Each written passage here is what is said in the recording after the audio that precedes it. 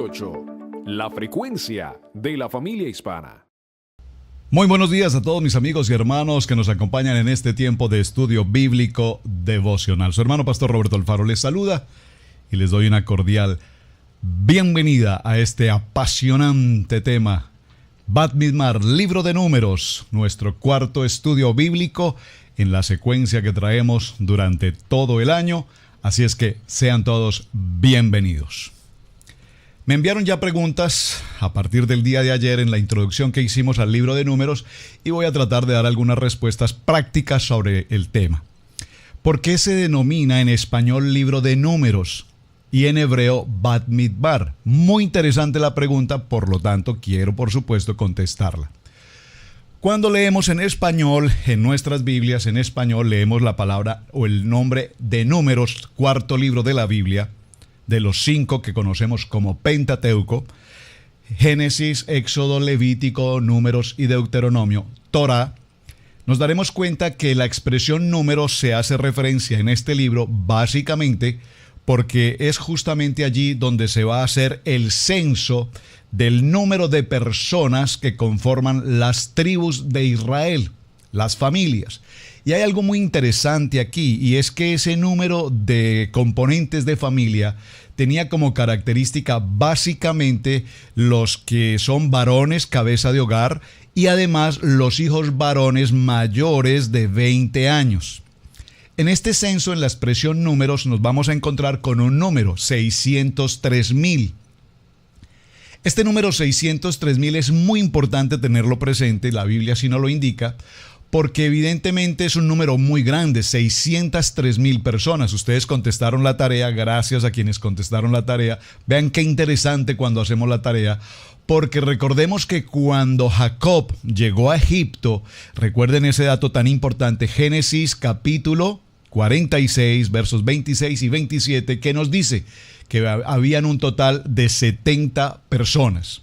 Los hijos de Jacob y sus familias, recuerden esto, básicamente 75 en total, incluyendo los que ahora son José y los hijos de José, Efraín y Manasés. Muy bien, entonces, en esta historia tan interesante, el libro de Números nos indica que todos los varones y los hijos primogénitos mayores de 20 años, que eran considerados, como podríamos decir en el siglo XXI, mayores de edad, pues entonces el número arrojado era 603,000. Sin embargo, si a esos 603,000 sumamos las esposas de esos varones, más los siguientes hijos, porque no solamente tenían un hijo, no es como en el siglo XXI que uno o máximo 2 y exageradamente 3, haciendo un esfuerzo 4 y pare de contar.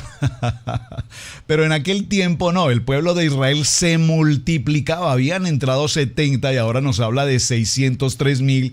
Y por supuesto, si sumamos mujeres, si sumamos los demás hijos, vamos a pensar que cada pareja de esposos tenían en promedio 12 hijos en adelante. Entonces ese número de 603,000 ya no pasó a 1,000, sino pasó a 1,000,000.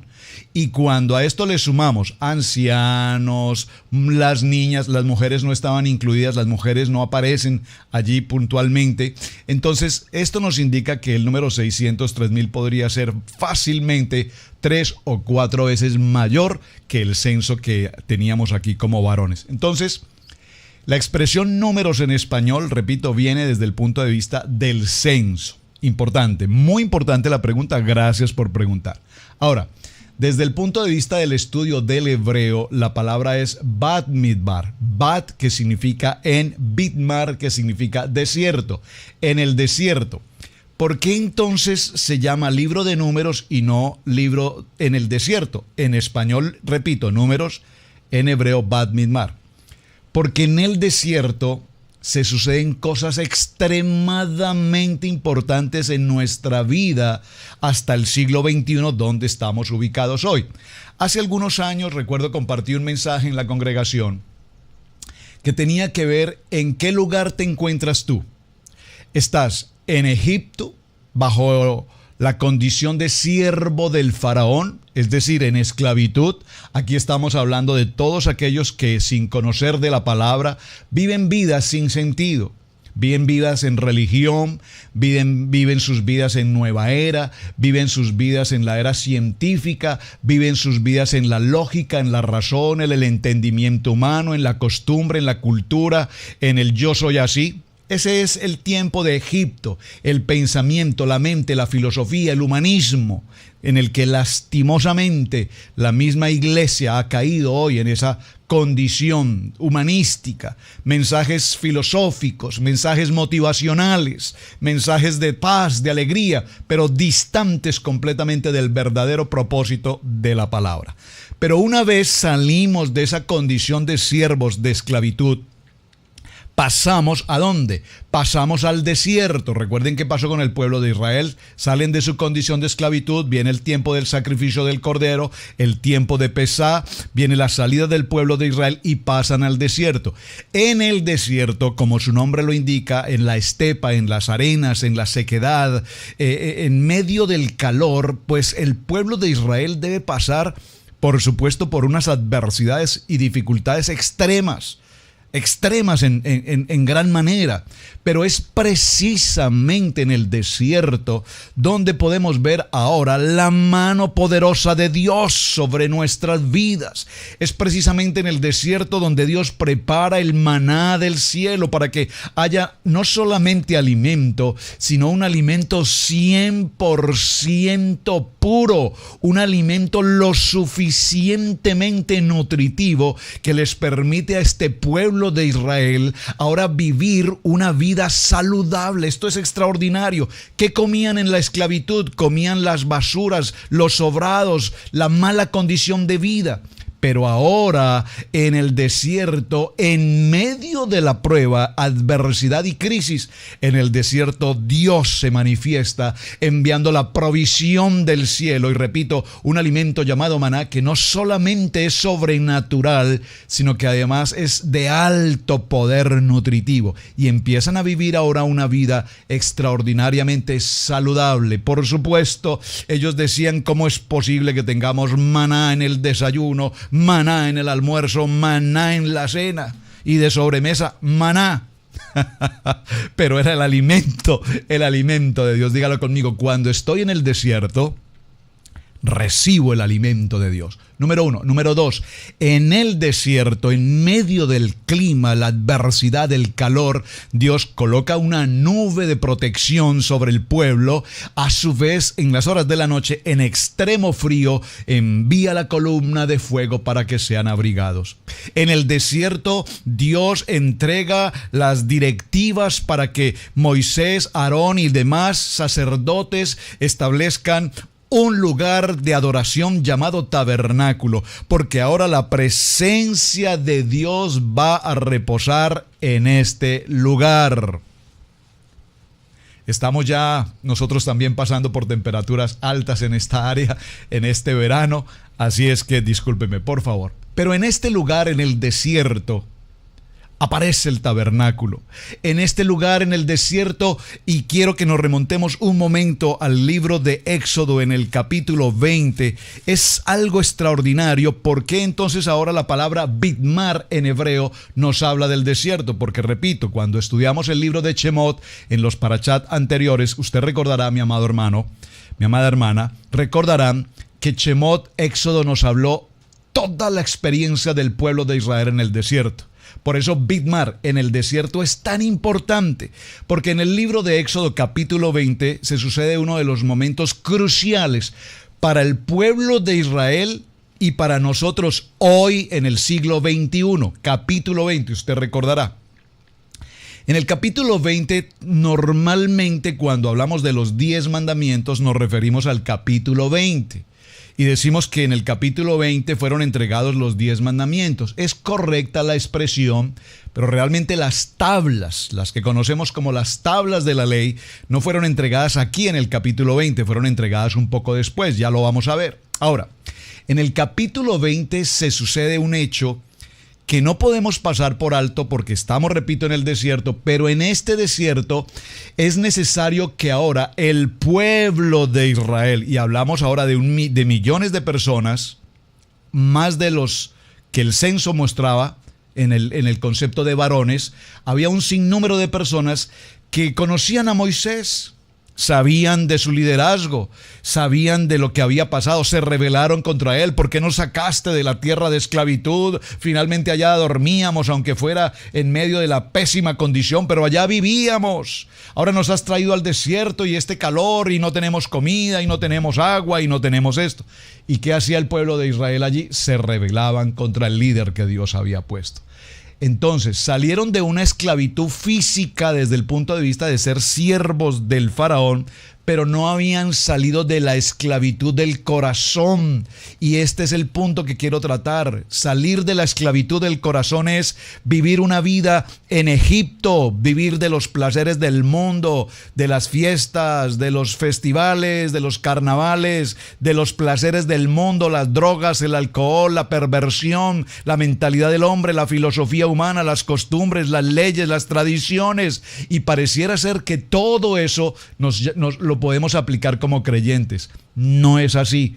¿Estamos entonces viviendo una vida en Egipto o estamos pasando de Egipto al proceso de ir al desierto? Y en el desierto, capítulo 20, ahora el pueblo se pregunta, ¿es realmente Moisés el elegido de Dios? ¿Es realmente el profeta que Dios ha elegido? De tal manera que el Padre Eterno, conociendo el corazón egipcio, entre comillas, del pueblo de Israel, decide mostrarle a todo Israel, a las 12 tribus, que evidentemente Moisés ha sido elegido. ¿Cómo podía probarle Dios a ese pueblo que era Moisés? Pues aquí está la respuesta en capítulo 20 de Éxodo. ¿Qué dice? Y habló Dios, dígalo conmigo, y habló Yahweh todas estas palabras. Es decir, todos cuantos estuvieron frente al Sinaí, todo el pueblo de Israel y aún extranjeros que estaban con ellos, escucharon de viva voz la voz de Yahweh, que les dijo: yo soy Yahweh tu Dios, en que te saqué de la tierra de Egipto, de casa de servidumbre. Y veamos aquí esta expresión, no la puedo pasar por alto, ya lo estudiamos, pero necesito retomar esto, perdónenme, es que es tan apasionante este punto, porque cuando Dios saca al pueblo de Israel de la esclavitud, de esa casa de servidumbre, observen la expresión aquí, servidumbre, eran siervos de Egipto, eran siervos del faraón, eran siervos del mundo, porque aquí Egipto tipifica pecado, aquí la palabra Egipto, la expresión Egipto tipifica mundo. Pero se presenta Yahweh en una actitud de bondad y de misericordia para con el pueblo de Israel y los saca de esa casa de servidumbre. E inmediatamente la voz de Dios, una voz audible, se dice que esta voz fue transmitida, si puedo usar la palabra transmitida, fue expresada en aproximadamente 70 idiomas diferentes a la misma vez. Es decir, una traducción simultánea como la vemos hoy en el siglo XXI. Pero una sola voz, la voz de Dios, fue transmitida en tantos lenguajes como conocemos hasta el día de hoy. De tal manera que todo oído que tiene oído escuche la voz de Dios. Toda persona, todo ser que tenga oídos escuche la voz de Dios. No tendrás dioses ajenos delante de mí. Yo soy Yahweh tu Dios. No te harás imagen de ninguna semejanza de lo que está arriba en el cielo, ni abajo en la tierra, ni en las aguas debajo de la tierra. No te inclinarás a ellas, ni las honrarás, porque yo soy Yahweh tu Dios, fuerte. Y preste atención a esta coma, fuerte, celoso. Celoso. Tenemos un Dios celoso. Pastor, ¿y yo que soy tan celoso? Pero menos mal que Dios también era celoso. No confundamos el celo de Dios con el celo de los hombres. Son dos contextos totalmente diferentes. Ahora, lo vamos a ver cuando entremos al libro de Números. En el capítulo 5 hablaremos de los celos. Uy, pastor, muchos me están diciendo, ese tema me interesa. Sí, los celos, porque hay celos totalmente enfermizos, dañinos por demás. Pero estamos hablando aquí del celo de Dios. El celo de Dios en cuanto a honrar y respetar y guardar la Torá, la palabra. Por lo tanto, soy fuerte, celoso, que visito la maldad de los padres sobre los hijos hasta la tercera y cuarta generación. Muy importante esta expresión tercera y cuarta generación, que también la pasamos como tan desapercibida. Ahora, ¿qué quiero mencionar en este punto? Evidentemente, Dios se expresa de viva voz a todos los habitantes de la tierra en ese momento, a todo Israel. Y no hubo absolutamente uno que no haya escuchado la voz de Dios y sus ordenanzas. ¿Dónde se sucede esto? Esto se sucede precisamente en el desierto. ¿Por qué lo quiero resaltar? Porque cuando vivimos en un tiempo de esclavitud, apartados de la palabra, el Señor nos retira de ese lugar en un gesto, si puedo usar la palabra gesto, en una actitud de bondad y de misericordia, nos toma de ese lugar, nos pasa a un proceso del desierto, pero en el proceso del desierto, en medio de las inclemencias del clima, del tiempo, de modo y de lugar, Dios provee alimento, Dios provee protección, Dios provee ordenanzas, Dios provee mandamientos, Dios establece un tabernáculo, un lugar donde su presencia va a vivir, el Shekinah de Dios, de tal manera que ahora hombres y mujeres tenemos un encuentro, tenemos un lugar donde nos congregamos, donde establecemos la familia, la unidad, el cuerpo de la familia, el cuerpo de, comillas, la iglesia, la congregación, la quejilá, y allí todos presentes vemos el poder de Dios, vemos el poder del Ruach HaKodesh sobre este lugar. Es decir, para parafrasear un poco lo que estoy tratando de mencionarles, hermanos, es que en medio de las pruebas, cuando pasamos por pruebas, por crisis, por adversidad, por dificultad, en medio de la dificultad que te encuentres hoy, cualquiera que sea, por difícil momento que estás atravesando, la palabra que el Señor te dice hoy en este primer proceso de Bat Midbar, el primer libro de Números, en el libro de Números lo que nos está diciendo es: en medio de ese desierto yo estaré con ustedes. Y si estás pasando por esa prueba, por esa adversidad, por esa dificultad, por ese momento crítico, que crees que no hay ninguna alternativa, no hay ninguna solución, no hay nada que se pueda hacer a tu favor, pues en ese desierto, en ese Bat Midbar, es precisamente donde yo estoy contigo. ¡Wow! ¡Amén! El libro de Salmos, en el libro de Salmos, Tefilín, en el Salmo 40, dice: porque pacientemente esperé a Yahweh y se inclinó a mí y oyó mi clamor. En el desierto que tú estés pasando hoy, amado hermano, hermana, ahí está presente el poder sobrenatural de Yahweh sobre tu vida, porque Él se inclina y escucha tu clamor, y dice: y me hace sacar del pozo de la desesperación, del lodo cenagoso, y coloca mis pies sobre la roca y endereza mis pasos. ¿Qué nos está diciendo esta palabra? Te estoy sacando de tu condición de esclavo, de siervo del faraón. Te estoy pasando por la prueba, en el proceso, diga conmigo, proceso, por el proceso en el desierto, pero en el proceso, en el lugar más inhóspito, en la estepa, en medio del lugar arenoso, caliente o frío según día o noche, ahí estoy yo cubriéndote, guardándote, protegiéndote, sacándote de cualquier momento de desesperación, en medio de la circunstancia del lodo cenagoso donde te encuentres. En el desierto estoy yo. Esto fue solamente para mencionar una pregunta a uno de los hermanos que me envió la pregunta ayer. Entonces vamos a cerrar la pregunta. Números nos indica censo, número de personas, y Bat Midbar nos indica desierto. Entonces vean cómo en el hebreo es mucho más interesante. Desierto, el proceso, las pruebas, la bendición, la gloria, la presencia del Padre en el desierto. En este proceso ustedes me contestaron también la tarea. Yo voy a tomarme un segundo para leer algunas de las respuestas. Gracias a todos los hermanos por su entusiasmo y su participación con las tareas. Aquí tengo una respuesta. Dice la primera pregunta en cuanto al número de habitantes cuando Jacob llegó a Egipto. Vinieron con Jacob a Egipto procedente de sus lomos, sin las mujeres de los hijos de Jacob, todas las personas fueron 66, y los hijos de José, que le nacieron en Egipto, 2 personas. Todas las personas de la casa de Jacob que entraron en Egipto fueron 70. Génesis capítulo 46, excelente respuesta, muy bien. Habló Yahweh a Moisés en el desierto de Sinaí, en el tabernáculo de reunión, en el día primero del mes segundo Yair, en el segundo del año de la salida de la tierra de Egipto, diciendo: tomad el censo de Israel por sus familias, números, por las casas de sus padres, con la cuenta de los nombres, todos los varones por sus cabezas. Esto es Libro de Números, capítulo 1, verso 2. Gracias, estamos justamente allí.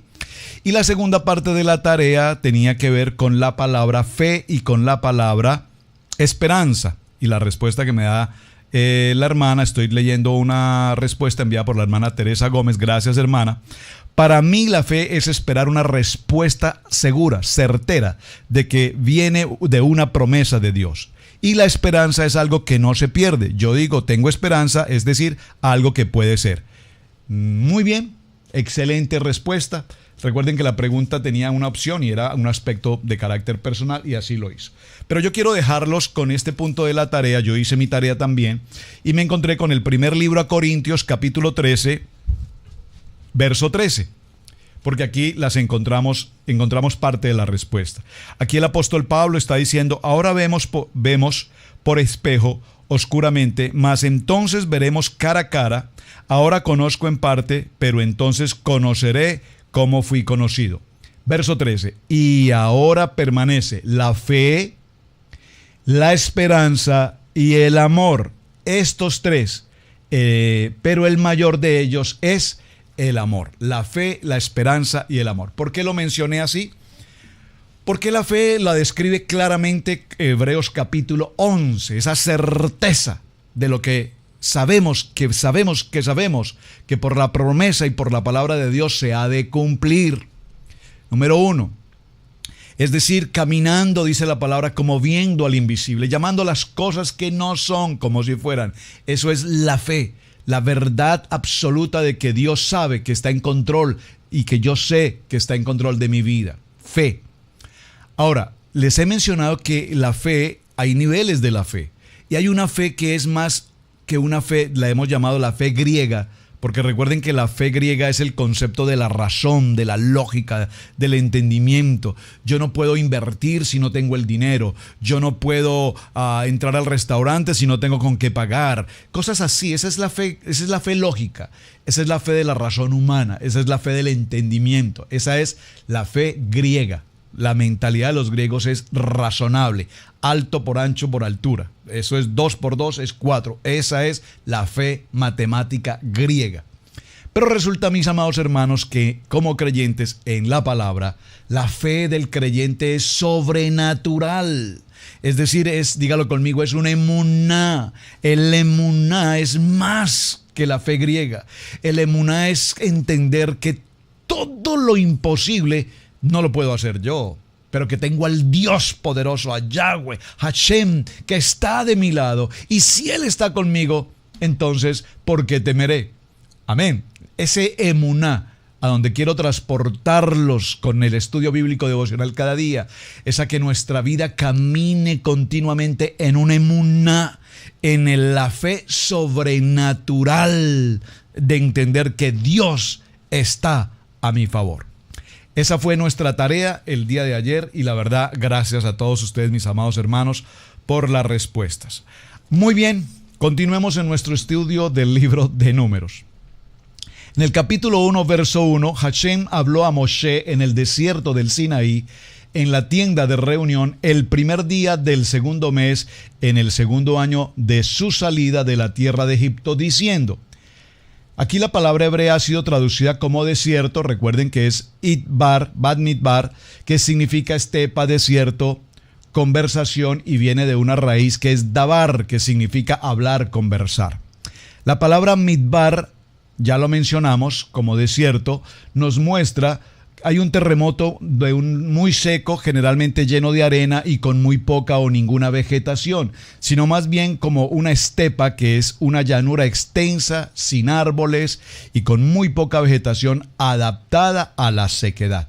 Un midbar es un lugar inhabitado, con pocos árboles, donde hay pasto para los animales. Observen, en el Bidmar es un lugar de estepa, es un lugar de sequedad, pero la particularidad interesante aquí es que hay pastos para los animales. Esto explica entonces, como lo vimos ayer en nuestro tema, cómo los hijos de Israel podían evidentemente tener consigo animales, ¿verdad? Que podían mantener, que podían vivir y que los podían conservar aún para su propio consumo. Esto se sucede precisamente en una condición de desierto. Recuerden que la condición de desierto la estoy resaltando porque en la condición de desierto se sucedían cosas sobrenaturales. Ahora, en este proceso es muy interesante notar, mis amados hermanos, que cuando hablamos de Bamidbar, que en el hebreo significa desierto, necesitamos recordar con absoluta claridad que cada uno de nosotros en este libro de Números nos vamos a encontrar con respuestas fabulosamente importantes a muchas de las inquietudes y de las preguntas de carácter espiritual que tenemos. Cuando nos acercamos a este libro de Números es necesario recordar Éxodo capítulo 12, verso 37, que dice que partieron los hijos de Israel de Ramesés a Sucot, como 600,000 hombres de a pie, sin contar los niños.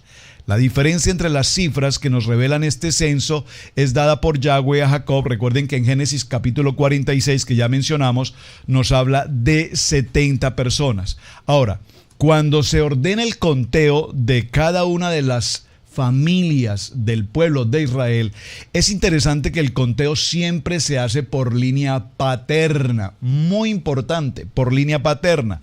Y si un hombre se casaba con una mujer de otra tribu, los hijos pertenecían a la tribu del padre.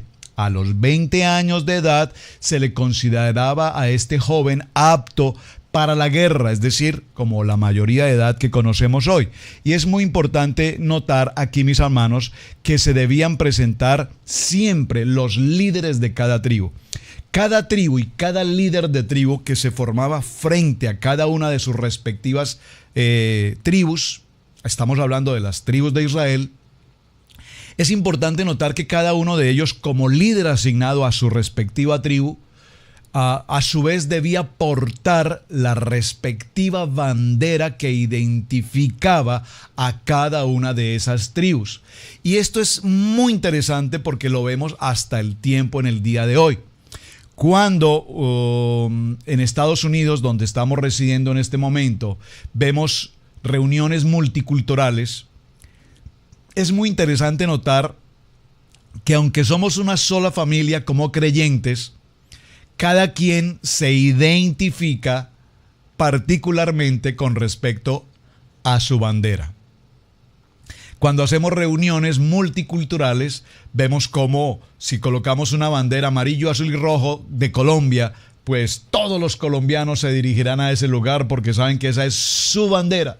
Si coloco una bandera aún amarillo, azul y roja, pero con un escudo en el centro, entonces seguramente allí irán todos los ecuatorianos. Si coloco una bandera amarillo, azul y roja, pero con estrellas en el centro, entonces allí acudirán todos los venezolanos. Y dependiendo el color y los símbolos de la bandera, cada persona identifica su nacionalidad. Miren qué interesante el ejercicio que estoy haciendo, repito, porque de esta manera nos identificamos panameños, costarricenses, colombianos, hondureños, salvadoreños, chilenos, españoles, rusos, israelitas. Todos nos identificamos con una bandera. Es muy interesante, yo lo noto con cierta interés, me causa mucho interés ver cómo muchas personas típicamente se colocan la bandera de Israel sobre sus hombros. Y me parece, pues sí, un acto muy bonito, entendiendo que somos siervos del Dios Todopoderoso de Israel. Amén. Pero yo me pregunto, ¿de qué te sirve colocarte una bandera de Israel si no conocemos qué es la Torá? Esa es nuestra bandera. Dígalo conmigo, la Torá. La Torá es mi bandera. Y cuando yo entiendo que esa es mi bandera, la Torá, Génesis, Éxodo, Levítico, Números, Deuteronomio, que esa es mi bandera, que me identifica como un miembro de las tribus de Israel, de la casa de Israel o de la casa de Efraín, entonces yo entenderé que de acuerdo a las ordenanzas y mandatos que Dios nos ha entregado, conforme a ellos será que desarrollaré absolutamente mi vida. Entonces todo esto, mis amados hermanos, nos indica que Dios ordena un censo. ¿Y por qué es que el Todopoderoso ordena este censo? El pueblo se alistaba para salir a conquistar la tierra de Canaán. Muy importante, recuerden, Egipto, tipológicamente el mundo del pecado.